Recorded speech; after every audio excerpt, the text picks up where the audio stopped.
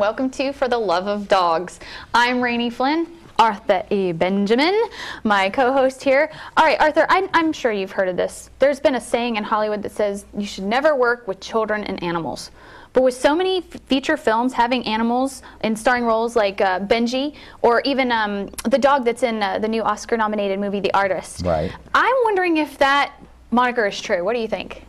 Well, I'd say that anything with a dog or kids does better than anything without a dog or kids. I agree. And in this case, Michael Caine. With M3 Films and his beautiful wife, Melina. Thank you so much for joining us. And who are your two little companions here? The stars in the family, that's Thelma and Louise. Nope, that's Thelma and that's Louise. Okay. Louise, take insult at that. Sorry, babe. Well, tell us a little bit about the influence of dogs in film. Well, I mean, if you look back at the history of cinema, they've always used dogs as sort of like the humanizing event, something that makes your lead character be lovable. Because basically how they treat the dog or don't treat the dog usually defines, you learn a lot about what they think about the person. And, you know, and all the way back from Benji and Rin Tin Tin and Lassie, and you know, television really did use these animals as a way to engage an audience. Sponsors also loved it because it gave them something to sell. Right. Well, how did you and Arthur meet? I mean, you're both obviously film fans and huge dog nuts. So how did you two come together? It was inevitable, obviously, but... Well, it was the Dallas Film Festival. Michael and I were introduced around the festival. He was chair of the festival at the time, and I wound up being fortunate enough to help underwrite the festival, and we met, and it was all about our dogs. It was about Thelma and Louise, and Tex and Buddy and Holly and Sophie and Anna, and the rest became history. All we do is talk about our dogs and talk about films and go out and have fun. So how about you, Melina? I mean, your relationship with these dogs has got to be pretty strong. Yes, well, they're production dogs. They used to come to the office with us every day. They're our company mascots, and appropriately named after film characters, Thelma and Louise. Except we named them when they were puppies, and their names, I think, personality-wise, are reversed. I think that really should be Thelma, and this really should be Louise. I thought you were talking about Michael, and I thought you were going to say Benji and Mikey, and I was worried. Yeah. So taking the dogs to work, were people really excited to have them there? I mean, obviously they provided some comedic relief there. Oh, absolutely. I mean, you can tell we would have board meetings and have these, we had several board members that were over 6 foot tall, and if board member meetings ever got tense, these big 6 foot tall guys would pick up these white fluffy dogs, and it would just sort of calm everything down. So yeah, it's great to have animals in an office environment. Yeah, I like that. So what is one of you guys' favorite dog movies? Arthur? Anybody want to chime in? There's so many. Like you said, Benji. Well, we were talking this morning. Mine actually is The Wizard of Oz. Oh, okay. Yeah. You know, if Toto? If Toto is the whole reason that Dorothy ends up leaving her house and coming back and, you know, getting it, and he drives the story forward so often during the film. So from a little girl, that was really when I paid attention to the fact that animals could be a part of a movie without really even making it seem out of the ordinary. You know, and it's very interesting because most people don't know this. If you ever lose your dog, finding your way back, there's a website called findtoto.com, and you can find your dog. I recently found a military dog that escaped 8 miles from the house by using them. So it's just an interesting tie with the film. Yeah. That is interesting. What was that website again? Findtoto.com. Findtoto.com. Okay. Well, do you have a favorite movie, Michael? Yeah, well, I have a lot, but I think Hugo this year is one of the great performances. And it's interesting, there's a little bit of a controversy going on right now because the dog from The Artist is supposedly getting nominated, and the dog did not get nominated. And so, you could see, but they're characters, and it's incredible what they can do these days. Have you ever personally worked with dogs on a film? Yeah, I've worked with them on commercials. I used to actually work with Ridley Scott's company, their commercial division, and that's part of where I got used to bringing dogs to the office because Ridley and the whole company would always have dogs everywhere, which you can imagine in the stress of the commercial and all this world, all of a sudden, the dog would come up and it could care less about any of that. But yeah, we've worked with dogs on commercials before, and it's always a triple the amount of time that you project it's going to take. And sometimes they're the easiest ones to work with. But yeah, everything from Dobermans to poodles. So. They didn't put any special requests in, like, you know, premium doggy biscuits or, you know, aqua velvet water or whatever. Well, Thelma and Louise had that special room here, and the trailer, and Gotcha. you know, they like Airstreams. So they're in Larry Hagman's solar-powered Airstream. Well, very nice. And I love the afro. I think you should start rocking the afro, Ben. What do you think? Well, I don't know about that. Sort of, I try, but it doesn't grow quite that way. Oh. But you know, you're talking about the films. I got such a kick out of Beverly Hills Chihuahua and about at Hotel for Dogs. You know, they're so family oriented. They're so able to draw kids and adults together. And for me, whenever there's a dog in a film or a dog in a room, I'm happiest. Which is evident, because the last 2 episodes you've had a dog in your lap. And I'm going to have a dog in my lap forever because that's the way I'm happiest. Thank you for the loan. Yeah. Louise, thank you. You can keep her, actually, at 16. She's 16 years old, and She'll be 16, and Thelma? they're litter mates. They'll wow, both be so they're 16. both 16 years old, and they're still doing well. They're doing very and well. you got them when they were how old? They were born in July, and we got them in October, so So they've been with you for almost 16 years. That's amazing. Yes. Do you have any other animals at home? None that we're aware of. You know, my mother has a dog, a Shih Tzu, across town, but it's not a good influence on these two. Yeah, These are really well trained. That was the other great thing in meeting Michael, meeting Mama Kane. Yeah. She is quite the lady, and it's no wonder Michael turned out the way she is because of Mama Kane. Yeah, they're great. We grew up with dogs, so at any given time we might have up to 100 dogs. My goodness. And it was my parents raised Dobermans and poodles, and it was always around the house. We would be riding, the little kids riding on the back of a Doberman when we were young. It was probably not a good idea now, but Right. I never understood a time without a dog, and I'm happy. We live in a high-rise now, and you know there's special needs when you live in a high-rise with dogs, but Absolutely. you know it creates that community amongst the 300 units in our place that there's always people talking with their dogs. And how did your background with dogs get started, Melina? Were you raised with them as well? I was. We had St. Bernards when I was growing up. My goodness. And, And you're so little. You're so petite. Well, actually, I used to ride horses when I was growing up, and that's where I learned. The first time I ever sat on the back of an animal, I think I was 2, and our neighbor had a really big, burly St. Bernard, and I rode him from the neighbor's house to our house with someone Do not holding try me. this at home. Do not try that at home. I was tiny at the time, but I do remember that. So. You know, sitting right behind them is a picture of a soldier holding a dog, and when you think about the amazing relationship that dogs have, they're probably, I've been told, they're the only animal that will leave their own kind and their pack to become part of a human family. And you think about being a soldier who's out all day long in high alert. You can never relax. You never know the stress is unbelievable. And you come back to your camp, and a dog that doesn't even speak English comes in from the wild and becomes your litter mate, becomes your pal, sleeps under your bunk at night, protects you because you can sleep when you know there's a dog there to warn you if there's something wrong.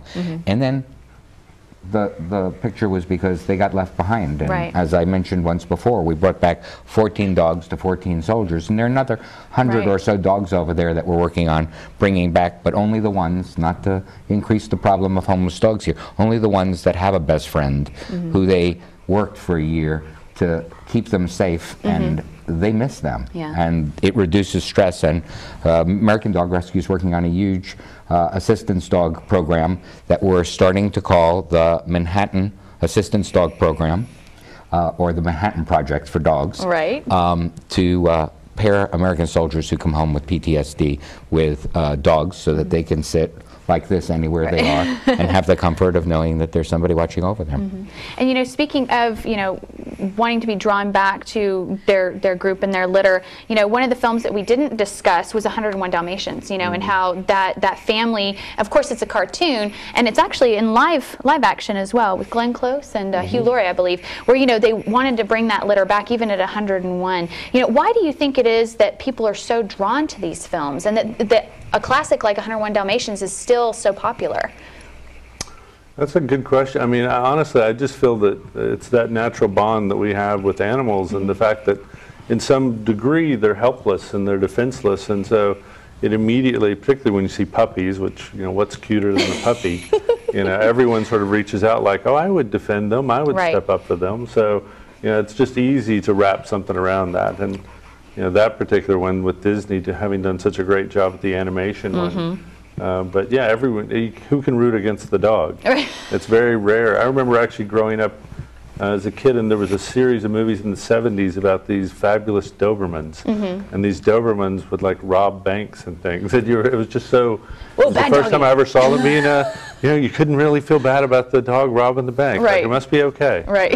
Well, you can train a dog to do almost anything. I was in, of all places, I was in women's penitentiaries in West Virginia this week, and we were training golden retrievers for soldiers, and they do amazing things. Turn lights on and off, pick up anything that's dropped, alert if somebody comes near a soldier. They're also used for cerebral palsy children, so that they will walk alongside the wheelchair. They will stand and brace so that the child can get out of the chair. They can be trained. These dogs are trained to 130 different commands in a year period. Are Thelma and Louise trained at all? Yes. Sit. Do they know any commands? Sit. Barely any. They know body language very well. They know that hands on the hips means they got in trouble for something. Oh. And I've seen Michael react to that. And they like to play chase. And at 16. Wow. Still, yeah. If I get Louise on a good day, if she's had her pain medicine. But Arthur, you've worked with seizure dogs too, correct? Yeah. Buddy, who was a little adoption poodle, wound up predicting seizures for my late wife, and they can be trained. Actually, I've been to a training recently where dogs are trained to scent with diabetics, so that when the sugar level in a diabetic drops, there's a scent that changes, and they can recognize it and alert the person either by pawing them or barking or however they're trained to check their blood sugar level. And they're very necessary for people who need service animals and can perform amazing functions. Wow. I got to ask a question now. Here's the hardest question you've ever been asked. You ready, Michael? Okay. This is as the great filmmaker that I know you to be, and as the chair of the Dallas Film Festival. And M3 Films. And M3 That's right. Films. That's right. All right, you ready? Ready. Rin Tin Tin or Lassie? Ooh. Lassie. Okay. Wow, that was easy. It was. It came right out. I struggled with that one for almost 45 minutes. Why? Yeah, it really just has to do with sort of Rin Tin was sort of before my time, and so I didn't catch up with Rin Tin Tin till reruns. And Lassie was, you know, that big, beautiful, flowing dog. Cuddly. One of them's more of a snuggler, the other one's more of a protector. It's an interesting question. It's sort of like we were kidding around earlier about the Goodfellas film and the. You think I'm funny? You think? I think you're funny. You think I'm funny? Funny how? Like I'm your clown? I'm your something like that. I mean, Louise thinks that she's Thelma's clown. Exactly. They're spoiled enough. You know. The other thing that I love about both Michael and Melina is you look at the logo of this program, and, you know, For the Love of Dogs, and it's this incredibly cartoonish kind of dog that will do anything for a human being. Well, we humans, this group, will do anything for dogs. So it's really why we're here, and it's really what it's about. And if you look at, and I think we're going to discuss it after the break, you look at the Super Bowl commercials this year, you know, 1 out of 4 commercials probably had a dog in it. I mean, it was just amazing how they've done it. And one of them featured a rescue dog. One of the cutest, ugliest little dogs in the world that just stole your heart as it ran after the bottle. Absolutely. Will you be featuring any of the dogs in the film festivals coming in the future? You know, well, that would be a James Faust question. I wouldn't want to steal his thunder, the artistic director, or Lee Pappert, the new president and CEO. But no, the festival's coming up April 12th to the 22nd, and DallasFilm.org would be a good way to kind of keep up with it. But I don't think we could help not having dogs. I mean, dogs are in almost, you know, a third of the movies that get submitted to us at some point or another. Absolutely. So, Well, when the film festival started, our presenting sponsor was Target. And the Target dog, Bullseye, Right. walked the red carpet and awesome. was featured in numerous pictures with Michael. He walked the dog and upstaging me. down the red carpet, so it just goes to show the power of dogs that Target had their dog. What's the date of the festival again this year? April 12th to the 22nd. Yeah, we'll have a challenge for you. Uh-oh. Let's find a way to include some rescue dogs in the film festival and give people a chance to adopt them out from the coverage. Let's find like a a way. We'll plan. talk to There you James. James and Lee, you hear James, that? James? James, Okay. you hear that? Good There's job. your challenge. Do The that. famous James Faust. Right. Well, and talk to us a little bit more about M3 Films and what you have coming up. Oh, Okay. Melina, Melina. Well, we have a film that we are working on that Arthur is going to be executive producing on, Right. Stanley Marcus. And Stanley Marcus was the marketing genius behind Neiman Marcus. We also are working on a documentary about the 80s right now that really focuses the lens on the 80s through a nightclub here in Dallas called the Start Club. oh, uh-huh. And we're also working on another film called Miracle Fishing. It takes place in Cuba, and it's about a kidnapping of an American scientist while he and his family, the Hargrove family, were living Wow. in Colombia. So you've got quite a full docket. You've got several films going on. You've got the film festival. You've got poor little Thelma and Louise here. Yes. Now trying to find out how to incorporate the doggies into the festival. I know we've got to work. We'll have to figure out how to include them in the Trinity Diversified Film Fund. Yeah, we'll get everything out here. Well, do you have any funny stories about Thelma and Louise really quick before we go to break? I have a lot of funny stories about Thelma and Louise and chocolate. And Yes, which you know is bad for dogs. yes. One of our production offices, it was Valentine's, since Valentine's is just around the corner. We went out for dinner, and the dogs stayed at the office, and we came upstairs to the office, and there were little rolled up Hershey's Kisses wrappers, just the perfectly rolled in balls, the red ones and pink ones and silver ones all down the hallway. And there were the dogs laying there with major tummy aches, panting, and so of course we had to ship them off to the 24-hour emergency vet. And, Oh my goodness. but chocolate, most of our stories are centered around chocolate. And that's a great point around this time of year and around Valentine's Day to be careful that we don't let our dogs get into our chocolate, because it is poison for them. It destroys their liver, and it can be deadly, especially the baker's chocolate, dark chocolate. Well, I have to say, I mean, they are ladies, so, you know, them liking chocolate kind of goes hand in hand. But definitely don't feed your dog chocolate. Yeah, that's not very good. Well, thank you so much for coming on the show and visiting with us. And tell us one more time, where can people hit up for the festival and for M3 Films if they'd like to find out more? Well, DallasFilm.org for the film festival, and then M3FilmsLLC.com for about M3 Films. Okay, wonderful. And they can also call you at 817-919-5569. Okay. Michael Molina, Thelma Louise. And if anybody has any complaints about Michael, they can call Mama Kane at.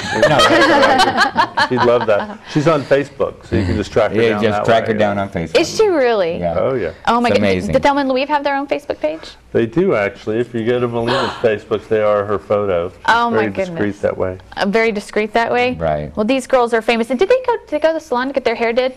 Yes. I was Yeah. They curious did it about for that. this show, right? Just for Yes. the show? Well, They they did. they go every 3 weeks for a fluff and puff. For a fluff and puff? Yes. Arthur, I think we need to take you to get a fluff and puff. I would Right. love to see you with the You afro. keep picking on my hair. I don't know what we're going to do about this. No, I think I'll grow you it look like great with an Michael's, then afro. we'll really be in trouble. Remember, my hair was shorter than your hair. I do. Yeah. I Oh do. my goodness, oh my goodness. It's amazing. Well, I appreciate the incredible friendship that we've developed and your tremendous support for animals in everything that American Dog Rescue American Dog Rescue does. Yes. And I know that you care tremendously about Thelma and Louise, but it goes far beyond them. And thank you. Absolutely. And we'll be back in just a minute for the love of dogs. We'll see you in just a second.